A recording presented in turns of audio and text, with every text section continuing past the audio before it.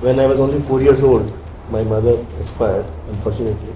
तो सर आपने सीए की कैसे सोची? ये फाइनल थिंग केम, मैं ऑलरेडी कंपनी सेक्रेटरी हो चुका था 2 साल के अंदर। तो बाद में रियलाइज हुआ कि आप पीछे रह गए। आपने अपना रिजल्ट जो था वो सेम डे नहीं देखा था। तो मैंने कहा तो ऐसा छोड़ते ही नहीं है। तो मेरा भाभी को, जो मेरी एक तरह से मदर भी रही, उनको मैंने इंटरनली थोड़ा सा बोला। मैंने कहा कि मुझसे छुड़वाओ पीछा मेरा। तो अच्छी तरह याद है, 1300 रुपये बेसिक और 30% HR। मतलब जिस टाइम पे लोग रिटायरमेंट सोचते हैं, आप पढ़ाई कैसे सोच रहे थे? मेरी वाइफ नहीं बोला, जी ले सीएन जिंदगी अपनी। Hello friends, welcome to another inspiring and motivating episode of CA की कहानी, सीए की जुबानी। आज हमारे साथ हैं CA doctor CN Maheshwari. He is a chartered accountant and ICWA, a company secretary, an MBA and also a PhD scholar. इन्होंने अपनी सीए क्वालिफाई करी थी 1981 में and he has a rich 45 years of a corporate experience. And currently he is the whole-time director and CEO with Dalmia Bharat Refractories Limited. So let me welcome CN Maheshwari ji. Welcome sir to the show. Thank you, Ruchi. So sir, I know that your current status and things looks really glamorous, but मुझे पता है कि आपकी एक emotional story है। आपका start शायद इतना ग्लैमरस और इतना अच्छा नहीं रहा। So क्या आप अपने बचपन के बारे में थोड़ा सा बताना चाहेंगे हमें? रुचि, when I was only 4 years old, my mother expired, unfortunately. और उस वक्त मेरे फादर जो है कोई प्राइमरी स्कूल टीचर थे किसी गवर्नमेंट स्कूल के अंदर, एक विलेज है near Ajmer. And it was a very unfortunate event. Suddenly whole responsibility fell on my eldest brother. He was only of 19 years of age, and we were 3 brothers. And at 19 years of age, he was forced to get married so as to have a lady in the house to take care of the family members. So that is how it started, and that is a faint memory I have. तो sir आपने CA की कैसे सोची उस time पे जब आप छोटे थे? क्या चीज, मतलब या वो मारवाड़ी की वजह से सीए का सोचा या कैसे? नहीं, सीए तो सोचना है तो उस वक्त तो बिल्कुल बात नहीं थी कोई। पहले सबसे पहले हम लोग शिफ्ट हुए दिल्ली के अंदर। भाई साहब ने शिफ्ट किया हम लोगों को, वहाँ he got appointment with Shriram college of commerce. तो पूरी फैमिली को लेकर के वो दिल्ली शिफ्ट हुए। और eight that point of time आप समझिए कि 3 ब्रदर्स और खुद वो मियाँ बीवी, 5 लोग हम लोग एक तांगे में बैठ करके हमारे सामान समेत हम लोग पहुँच गए थे। तो ये रिसोर्सेज की पोजीशन थी। फिर मेरे को एडमिट किया गया गवर्नमेंट स्कूल के अंदर, वहाँ पे प्राइमरी स्कूल था मॉडल टाउन। वहाँ स्कूल के अंदर हमारा ये पोजीशन थी कि हम केवल जाते इसलिए जल्दी थे कि हमें एक टाट जो है, एक जो बैठने के लिए साफ सुथरी टाट मिल जाए, तो इसलिए मैं जल्दी जाया करता था। तो that was the story. And धीरे धीरे फिर जैसे जैसे रिसोर्सेस बढ़ते गए और मेरे भैया और भाभी ने बहुत मेरे लिए किया, और उसके बाद स्टार्ट हुआ काम कि भाई आप आगे और अपनी पढ़ाई वढ़ाई करिए। और स्टार्ट में मैं एज ए साइंस स्टूडेंट, क्योंकि मेरी एक उसके पीछे भी एक इमोशनल स्टोरी है कि जब मैं when I was born I was told कि मेरी मदर ने एक, मेरा नाम जो है एक फेमस डॉक्टर चंद्र नारायण थे वहाँ पर अजमेर में, उसके नाम पर मेरा नाम रखा गया था। तो ये था कि भाई इनको डॉक्टर बनाना है। तो accordingly I started and I was joined A pre medical course. But unfortunately मैं उस वक्त मदर का सपना पूरा नहीं कर पाया। मेरे को मेडिकल के अंदर एडमिशन नहीं मिल पाया, और फिर मैं वापस श्रीराम कॉलेज ऑफ कॉमर्स के अंदर आई स्टार्टेड बीकॉम ऑनर्स। अच्छा, बीइंग ए साइंस स्टूडेंट। और फिर ये श्रीराम कॉलेज में पहुँचे। तो श्रीराम कॉलेज में पहुँचने के बाद तो बीकॉम ऑनर्स, और उस वक्त एक सीए एक प्रोफेशन की बात मानी जाती थी कि हम सीए के अंदर आप आगे सोचेंगे सीए के बारे में। और फिर ब्रदर काफ़ी इंस्पिरेशन की रही, उनका भी सीए करिए आप, तो उस हिसाब से सीए की स्टोरी शुरू हुई। बट जैसे मैं जानती हूँ शायद आपने सीए शुरू करी, बट शायद आपको कंपनी सेक्रेटरी की डिग्री पहले मिली आपके सीए की डिग्री से। तो वो कैसे हुआ बीच में? वो भी एक ऐसा रहा कि पहले कंसंट्रेशन केवल सीए के ऊपर ही थी, और मैं BR महेश्वरी एंड कंपनी एक उस वक्त it was not a very well known firm, और वो मैंने ज्वाइन किया। और BR महेश्वरी कंपनी में जब ज्वाइन किया तो वहाँ पर एक इंसिडेंटली एक ग्रेफाइट इंडिया में एक ऑडिटर्स इंटरनल ऑडिटर हम गए थे, वहाँ एक साहब मिले हमारे को जो कि CFO थे। उस वक्त CFO की पोजीशन तो नहीं हुआ करती थी, फाइनेंस को हेड किया करते थे। और वो वेगली मुझे याद है वो मिस्टर जैन थे, और he was a charter accountant, company secretary and cost accountant in the age bracket of about 38-40 years of age. तो वो मुझे थोड़ा इंस्पायर किया कि यार मेरे को यहीं पहुंचना है, मुझे कम से कम जो है मुझे I have to be a charter account company secretary, if he can be I should be. तो उसके हिसाब से मैंने उसको कोशिश किया कि भाई मेरे को कंपनी सेक्रेटरी तो करना ही करना है। और उस पीरियड के अंदर कंपनी सेक्रेटरीज की डिमांड शुरू हुई थी, because there was a some act जिसमें कंपलसरी कर दिया गया था कंपनी सेक्रेटरी के अपॉइंटमेंट्स का। तो कंपनी सेक्रेटरी डिमांड भी खुली थी और एक अलग तरह का ओहदा लग रहा था। और mainly all credit to doctor Jain mister Jain who inspired me on that position. अच्छा, तो सर एक बात बताइए, आपने कंपनी सेक्रेटरी तो कर लिया था, और CA कैसा चल रहा था आपका मतलब CA इंटर के बाद आपको CS की डिग्री मिली या हाउ वाज दैट? उस वक्त क्या था कि आपको CA इंटर होता था, और CA इंटर के बाद आपको फाइनल का चांस आपको मिलता था आर्टिकलशिप के बाद। आर्टिकलशिप थी 3 साल की। अच्छा। तो CA इंटर के अंदर 2 ग्रुप हुआ करते थे, 4 और 3 7 पेपर होते थे। तो CA इंटर हमने कर लिया। CA इंटर करने के बाद कंप्लीट जो फाइनल का हमारा नंबर था that was used to come after 15 और 18 मंथ्स, और दिमाग में थी भी कंपनी सेक्रेटरी करना है। तो जैसे ही CA इंटर किया मैंने कंपनी सेक्रेटरी ज्वाइन कर लिया, और कंपनी सेक्रेटरी ज्वाइन किया। उसमें थोड़ा रेजिस्टेंस था, कॉन्फिडेंस नहीं था, वैसा वो कहना था यार आप एक जगह पे कंसंट्रेट करो, but I persuaded and ultimately मैंने कंपनी सेक्रेटरी ज्वाइन किया। कंपनी सेक्रेटरी इंटरमीडिएट मेरा फर्स्ट अटेम्प्ट के अंदर हो गया, और within 6 months of joining, and then उसके बाद कंपनी सेक्रेटरी फाइनल भी हो गया, और within 2 years I started in 77 complete in 79। तो before the CA final thing came मैं ऑलरेडी कंपनी सेक्रेटरी हो चुका था 2 साल के अंदर। तो आपका जब एक डिग्री थी तो आपको लगा नहीं कि CA क्यों करना है, अब तो कंपनी सेक्रेटरी ही बन लेता हूँ? नहीं, CA की तो मेन चीज़ थी, कंपनी से इंटरमीडिएट तो कर ही चुके थे, और फिर मैंने जैसे बताया कि सपना था कि भी मुझे जैन साहब की तरह बनना है। अच्छा। Charter accountant, company secretary, cost accountant सब बनना है, तो ये तो एक बहुत ही जरूरी एस्पेक्ट था। सर आपके CA फाइनल में एक बहुत इंस्पायरिंग या एक इंसिडेंट हुआ था, क्या वो शेयर करना चाहेंगे आप? मैंने जब फाइनल के लिए जब मेरा नंबर आया नवंबर 79 की बात है, तो उसमें हम उस वक्त फाइनल में 3 ग्रुप हुआ करते थे। तो 3 ग्रुप के अंदर हम लोग तैयारी कर रहे थे उसके हिसाब से। फिर अचानक एक हमारे बहुत पुराने अभी भी दोस्त हैं, एक बैचमेट थे नरेश बंसल, वो आया कहते यार CA तैयारी पूरी नहीं हुई है, दो ही ग्रुप क्यों नहीं कर लेते हैं। तो मैंने कहा भाई साहब वैसा मारेंगे अच्छी तरह से। तो उनका नहीं आप यार देख लेते हैं ना कि ये ना हो। तो we ourselves decided only 1 week before the exam कि हमें 2 ग्रुप ही करने। अच्छा। तो हम लोग तो आपने भरे तीनों भरे थे, और हमने 2 ग्रुप ही अपीयर हुए। ओके। और दोनों ग्रुप हम फॉर्चुनेटली दोनों के दोनों पास हो गए, और थोड़ी बहुत उनकी जो नाराजगी सहनी थी सह ली हमने।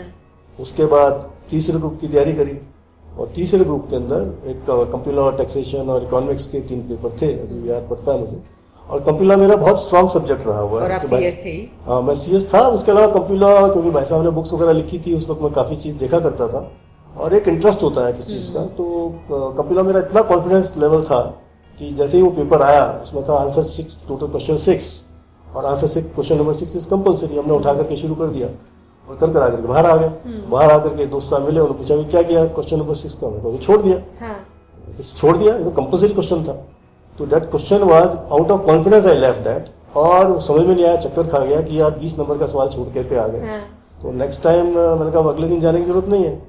फिर भाई साहब ने, जो कि मेरे वैसे बहुत स्ट्रिक्ट रहे हुए हैं, and he was a change person at that point of time, he persuaded कि नहीं काका, he used to call me काका भाई, प्रेम से काका ही कहते थे, कि तुम देखो तुम्हारे इतने नंबर आएंगे, तुम चिंता मत करो, चलो सेकंड ग्रुप में सेकंड पेपर के लिए जाओ। तो he himself took me to the examination centre, and I could see a person who persuaded me to go there. लेकिन जब रिजल्ट आया तो चांस की बात है कि दोनों को दोनों हम लोग फेल, नरेश बंसल भी फेल, हम भी फेल। तो हमने कहा क्या हो गया भाई, हम तो खैर आई वाज एक्सपेक्टिंग कि भी फेल ही होंगे, जब एक 20 नंबर का सवाल छोड़ा छोड़ कर क्या जाएंगे। तो फिर भी हमने जब नंबर आए, मार्कशीट आई, तो उसमें 57 थे कंप्यूटर के अंदर, अभी मुझे याद है 38 थे टैक्सेशन में। टैक्सेशन मेरा बहुत वीक सब्जेक्ट रहा है, और कुछ 51 थे इकोनॉमिक्स के अंदर। उसके बाद हमने कहा यार रिवोल्यूशन के लिए डालते हैं, मैंने कहा शायद एक एग्जामिनेशन मिल जाए। तो हमने 100-200 रुपये जो भी फीस लगती थी उस वक्त रिवॉल्यूशन में डाल दिया।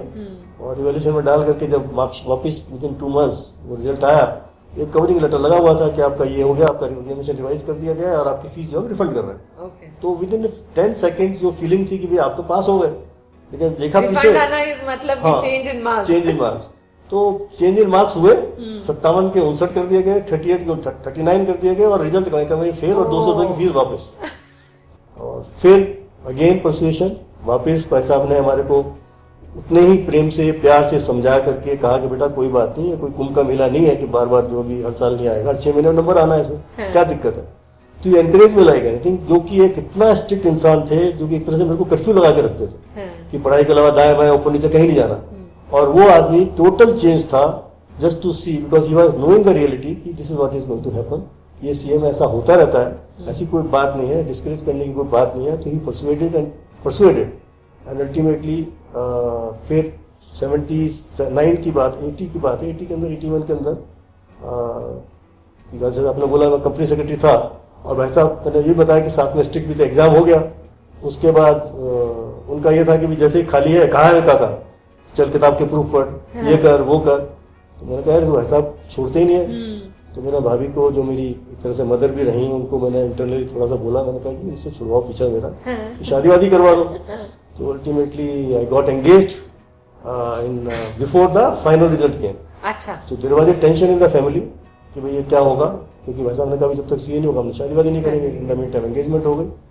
तो fortunately with all grace we passed out and I became chartered accountant also. एंड मुझे याद है आपने बताया था कि शायद आपने अपना रिजल्ट जो था वो सेम डे नहीं देखा था, वो क्या बात थी? नहीं, रिजल्ट का क्या हुआ उसका कि हम लोग उस वक्त रिजल्ट जो है उसमें नहीं आता था, मतलब देयर वाज नो मोबाइल और नथिंग लाइक दैट। तो मैं एक सरिता की कजिन की मैरिज में गया था उस वक्त। तो वहाँ जब गया तो वहाँ से हम लोगों ने रिजल्ट पीछे से आया। तो उसके बाद हम 2 दिन के बाद जब आए तो बड़े भाई साहब ने बताया कि भाई आप पास हो गए हो। तो मेरे पास हम घर के बाहर ही घबरा रहे थे कि क्या होगा हमारा। लेकिन इन द मीन टाइम उनका बेटा तो पास हो गया। And he was very very happy and I could see that he was at least no I can remember that day, कम से कम 10 मीटर आगे चल रहे थे मेरे से। वो इतना खुश थे कि ये जो है सीए हो गया। सो आपने जब सीए क्लियर कर लिया तो क्या आपने प्रैक्टिस की सोची या सीधा कॉर्पोरेट में गए आप? क्या how was your plan in terms of going forward? ये प्लान टोटल था कि हम प्रैक्टिस में जाएंगे। अच्छा। बिकॉज घर के अंदर एक तो जैसे आप कहते हैं मारवाड़ी, बाकी सब लोग तो बिजनेस के अंदर ही रहते हैं। हम लोग क्योंकि हमारे फादर टीचर थे, फिर बच्चे थे, सर्विस में थे, लेकिन फिर भी था कि अपना आप प्रैक्टिस में जाइए और आप उसके अंदर अपना काम होता है तो वो करिए। तो डेट वाज द जॉब। तो उसके हिसाब से हमने अपने एक फ्रेंड के साथ में, जो नरेश बंसल मेरे फ्रेंड थे, उसके साथ हमारी ट्यूनिंग भी थी। तो we started, the firm was started Mahesh Bansal associate. Okay. लेकिन उस वक्त नीड्स थी, शादी हो चुकी थी, तो हम लोगों ने साथ में जॉब भी करी हुई थी। दोनों ने जॉब करी हुई थी। वो सिलवेला लक्ष्मण के अंदर था, मैं जो है यहाँ पर बिलाज में था। तो जब जॉब दालियाज में था उस वक्त, तो जब मैं जॉब कर रहा था तो साथ के अंदर ही हम लोग करने की कोशिश कर रहे थे। सर्टिफिकेट प्रैक्टिस पार्शल ले रखा था। और फिर ये देखा कि भाई 3 क्लाइंट हमारे को मिले, एक ईस्ट दिल्ली का, एक साउथ दिल्ली का और एक वेस्ट दिल्ली का। दोनों जो है हम लोग पार्टनर्स स्कूटर में बैठ करके जाते थे और क्लाइंट्स केवल कॉफ़ी पिला करके हमें भेज देते थे। तो even out of pocket expenses भी हमारे अपने आप के आरओसी में देने पैसे कुछ करना है तो हमारे पैसे लगते थे। तो 2-3 महीने हमारा ड्रामा चलता रहा है। तो उसके बाद वैसा ने बोला यार ये क्या तुम दोनों चले जाते हो पार्टनर्स। हम लोग भी फ्रस्ट्रेटेड हो गए थे। और अल्टीमेटली फिर Naresh, I got a good offer job. तो मैं निकल गया वहाँ पर। आई डेजिटेड हिम। वो आज तक मेरे को ग्रज करता है उस बात के लिए। And he continued in the practice and that is how I shifted to corporate. Okay. So sir, जब आपने फर्स्ट जॉब ली तो क्या सैलरी थी आपकी उस टाइम पे? मुझको अच्छी तरह याद है, 1300 रुपये बेसिक और 30% HR। 1690 रुपये थी। और जब रिजल्ट आया तो उन्होंने बढ़ा करके 21 रुपये कर दी थी। बट आप कॉर्पोरेट में अब 45 इयर्स से हैं रफली, यू नो, तो how is that experience been? Because आपने काफी इंडस्ट्रीज में काम किया है, लाइक मैन्युफैक्चरिंग में काम किया है with दालमियाज, you've been with Oberoi group of hotels, in hospitality, you've managed Avis and various, you know, even Punjab Leather as an example. तो इतने चेंजेस कैसे रहे and how has that shaped your career if I have to ask? कुछ तो accidental हुआ, कुछ अपने हिसाब से हुआ, मतलब कुछ अपने डिसीजंस हुए. There were certain decisions which are not in my scope. तो पहले इनिशियली मैंने जो पहले जॉब शुरू करी तो वहाँ पर एक ओरिएंट प्लाईवुड करके एक रायपुर के अंदर कंपनी थी, तो वहाँ मैं नहीं जाना चाहता था. फिर भी एक मेरे फ्रेंड थे, तो he started was chartered accountant, he wanted to do consultancy, he started. तो यार सीएम देख लो जरा जा करके. तो मैंने कहा भाई मेरे को जाना नहीं है रायपुर. कहा नहीं जो भी कुछ है चले जाओ. तो जब वहाँ पे गया तो मेरे को उस वक्त पहले 2100 रुपये मिलते थे यहाँ पे दालमियास के अंदर. एंड मैंने उनसे कहा कि साहब मुझे 3000 रुपये चाहिए, मुझे गाड़ी चाहिए, मुझे मकान चाहिए, और मुझे एक डेजिग्नेशन, फैंसी डेजिग्नेशन उस वक्त हुआ करता था, सीनियर एग्जीक्यूटिव फाइनेंस कम कंपनी सेक्रेटरी, जो मेरे दिमाग में था. और वो जैन साहब का डेजिग्नेशन इस तरह का ही था, तो मुझे अब याद पड़ रहा है. तो मैंने उनसे सबको कहा उनको, तो उन्होंने कहा कि मारवाड़ी, उन्होंने बोला कि सब दियो, कदे ज्वाइन कर रहे हो थे. तो आई वॉज शॉक्ड. मैंने कहा ये क्या हो गया भाई, आप ऑलमोस्ट 2.5 गुना पैसा मैं मांग रहा हूँ और बंदा कह रहा है कि दियो. तो फिर उसने बड़े प्रोफेशनल तरीके से हमारे को लेटर भेजा, वेलकम किया कि भाई आपको यहाँ पे बॉम्बे आइए, बॉम्बे हॉस्टल में रहिए. तो that way it continued and ultimately I join them. जब ज्वाइन करने के बाद पता चला कि it was totally unprofessional company, and तो I didn't stick there for more than 3 months and I left them. उसके बाद मैंने, because it was I left them, और अपॉर्चुनिटीज बहुत हुआ करती थी, तो बिरला कॉटन के अंदर मेरे को 3 महीने के लिए फिर मैंने बिरला कॉटन ज्वाइन किया. वहाँ भी पता चला कि वो ऑल दो ऑडिटर्स तो एसआर बटलेवन कंपनी थे, और वहाँ पर वही खाते हिंदी वाले, और मैंने कहा ये कहाँ फंस गए भाई साहब आकर के यहाँ पे. तो फिर हमने उसको 3 महीने में उसको विदा कर दिया. In the mean time I got an interview with Punjab leather development corporation. That was a turning point where Punjab leather में उन्होंने मेरे को इंटरव्यू के लिए बुलाया था फाइनेंशियल कंट्रोलर के लिए. तो मैं चला गया फाइनेंशियल कंट्रोलर में, उन्होंने देखा आ गए. उसके बाद तो मैंने उनको कहा कि नहीं मुझे तो कंपनी सेक्रेटरी भी करना है, मुझे company secretary want a job for company secretary. तो 1.5 महीने के बाद उनका, जैसे पब्लिक सेक्टर में होता है, फिर उनका कॉल आया कि you have been selected, join this Punjab leather, and there it was I got the opportunity to do it from scratch because it is a new organisation.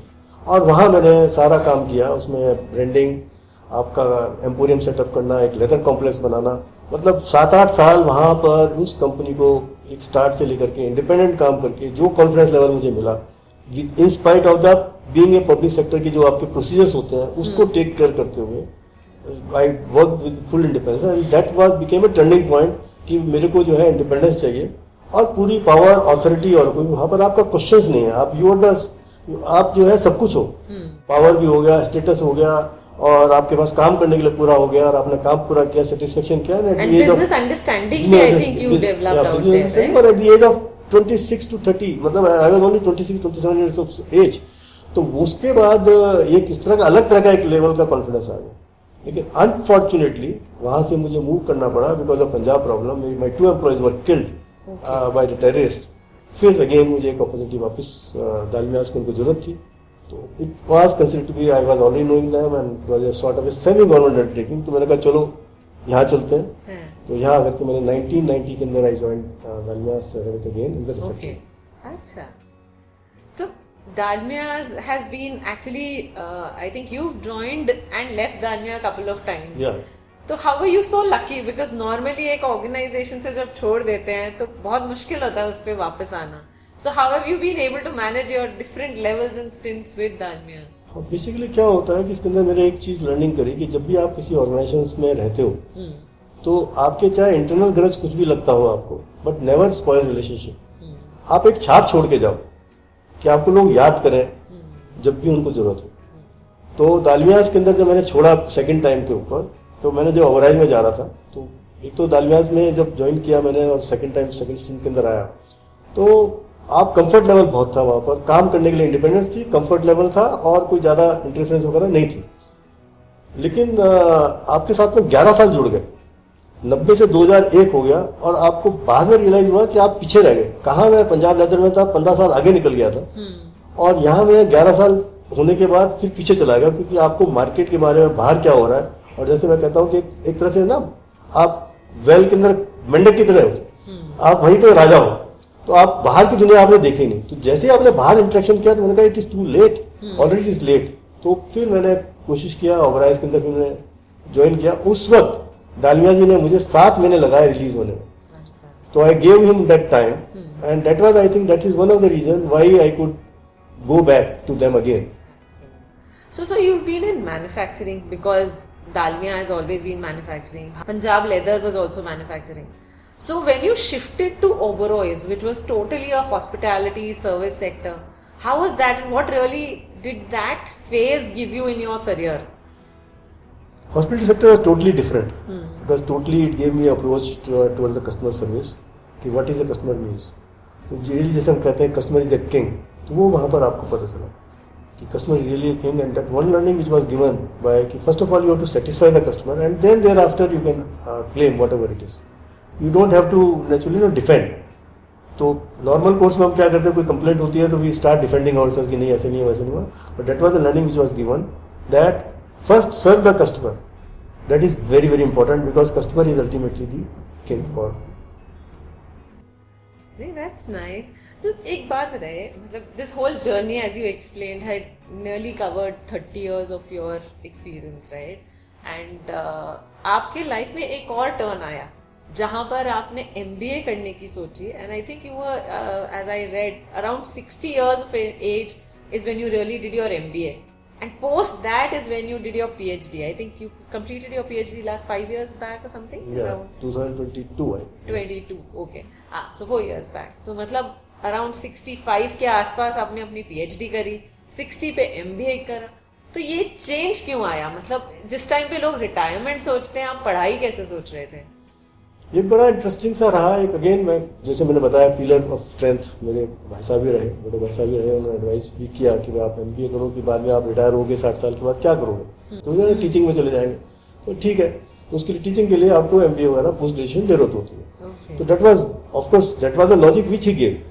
लेकिन जब मैंने MBA ज्वाइन किया उसके बाद it was all together a different story because I enjoyed in a different way.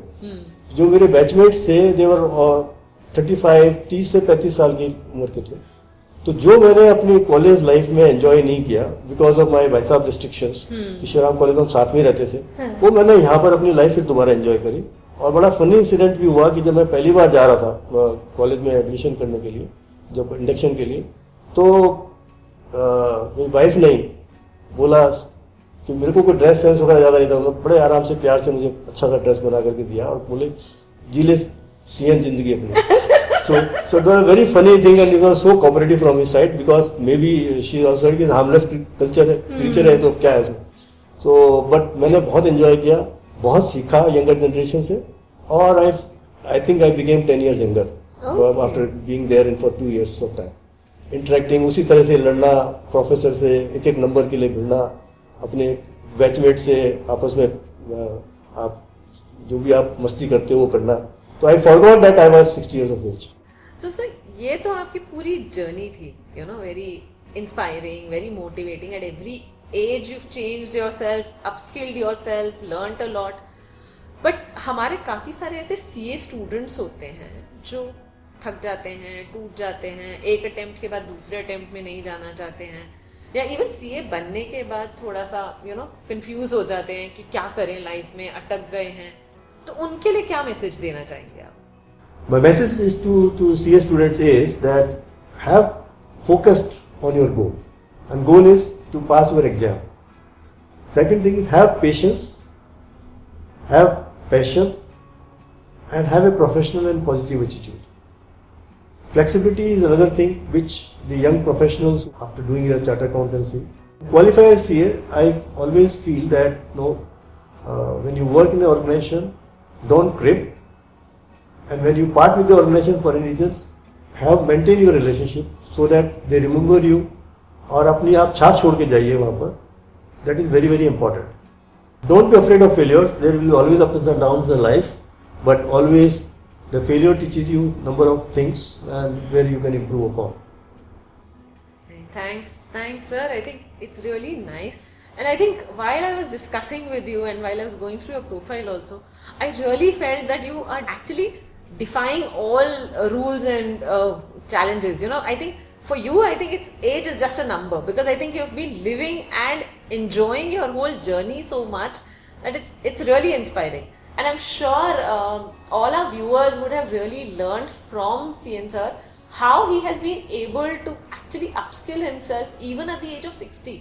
and today at the age of 70 he's still running a company, supporting an organization, and actually being very satisfied with the work that he's been doing.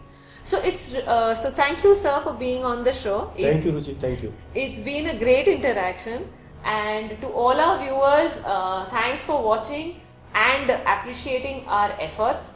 If you really like the show, then share it with your friends, family, and also inspire them that it is not that you get stuck at one thing.